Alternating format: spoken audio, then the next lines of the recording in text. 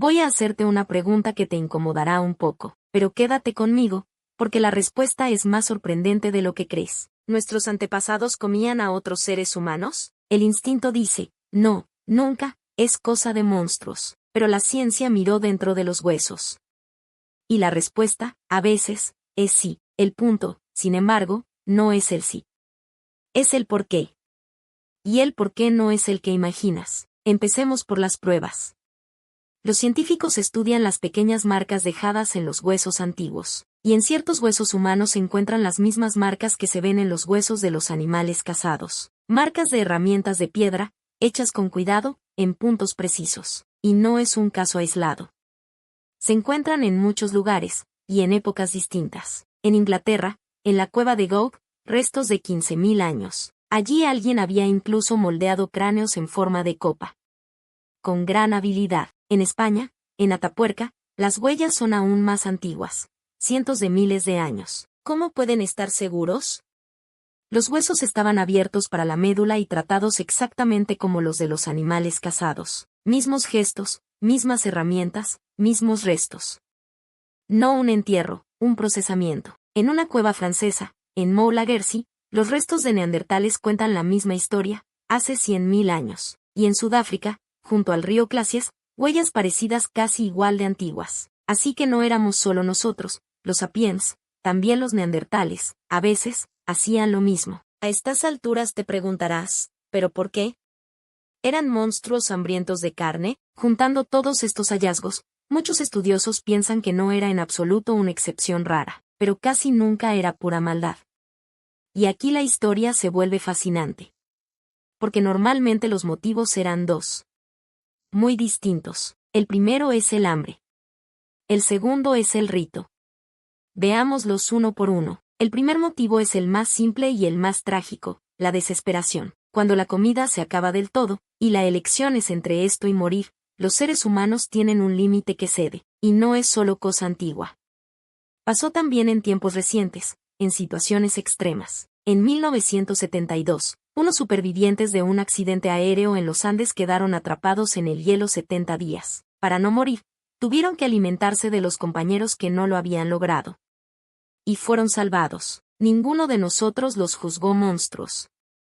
Eran personas normales, ante una elección imposible. En el pasado, entre hambrunas y ciudades sitiadas, esa elección imposible se presentó muchas veces. Incluso en ciudades sitiadas durante meses, reducidas al hambre, quedaron testimonios parecidos. A veces ni siquiera era una elección libre, era una orden dada por el hambre, que apaga todo lo demás. Pero el segundo motivo es el que te cambiará la cabeza.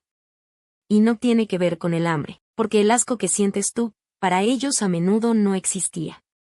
Tenían otra idea del cuerpo y de la muerte. En algunas culturas, consumir una parte del cuerpo de un muerto era un rito funerario. Un acto de amor, lo has entendido bien. No un gesto de odio. Un gesto de respeto hacia quien ya no estaba. El ejemplo más estudiado son los Four, un pueblo de las montañas de Nueva Guinea. Cuando moría una persona querida, la familia cuidaba de ella incluso después de la muerte. Decían, mejor que el abuelo quede dentro de nosotros, que lo amábamos, en vez de darlo a la tierra y a los gusanos. No lo hacían a escondidas, ni con vergüenza.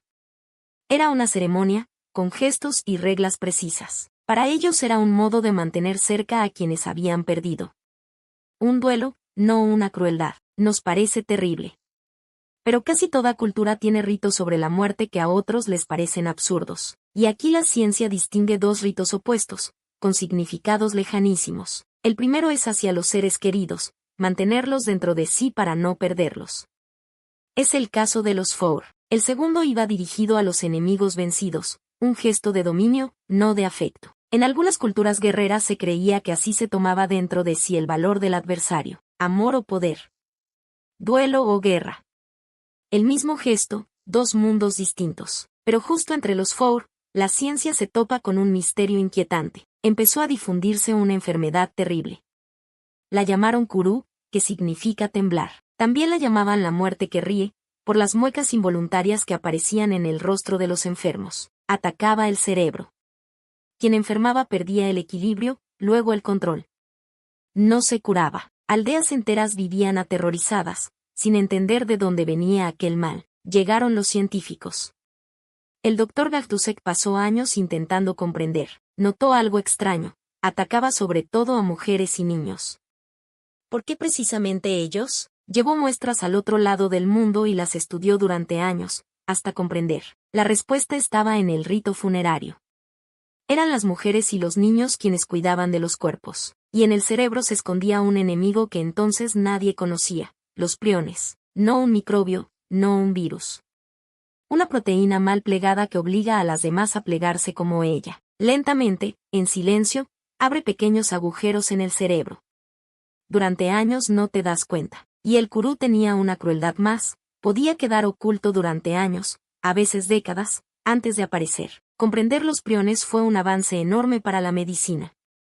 Y valió un premio Nobel. Aquel descubrimiento sirvió también más tarde, para entender otra enfermedad famosa, la de las vacas locas. Y cuando los Four dejaron de lado aquel rito, el Kuru, poco a poco, desapareció. Y aquí llega el verdadero giro. El que te afecta también a ti. Estudiando a los Four, los investigadores descubrieron que algunos tenían un gen que los protegía de los priones. Luego miraron al resto de la humanidad.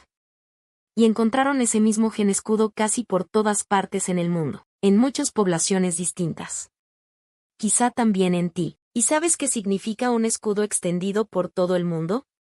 Significa que sirvió a todos. Es decir que, en un pasado lejano, la práctica fue bastante común como para dejar una marca en los genes de toda la humanidad. Y ese gen escudo se encuentra incluso en el ADN de personas que vivieron hace decenas de miles de años.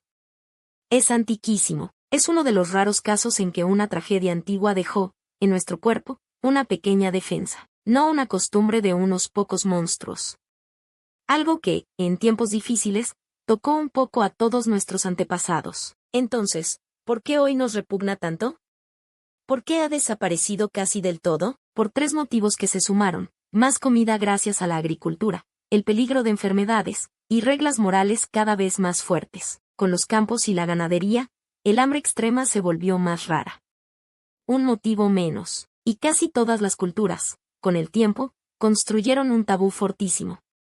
Una línea que no cruzar jamás. Con el tiempo esa línea se volvió sagrada. En casi todas las lenguas, la palabra misma se volvió un insulto. Y quienes mandaban, con el Estado y la religión, transformaron esa prohibición en una ley severa. Ese asco que sientes no es solo instinto.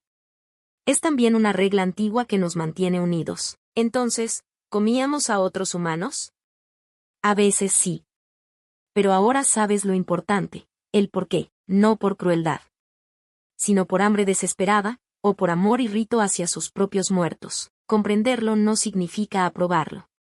Significa dejar de ver a nuestros antepasados como monstruos. Eran personas, como nosotros, dentro de un mundo durísimo, con otras ideas sobre la vida y la muerte. En el fondo, comprender el pasado no sirve para justificarlo.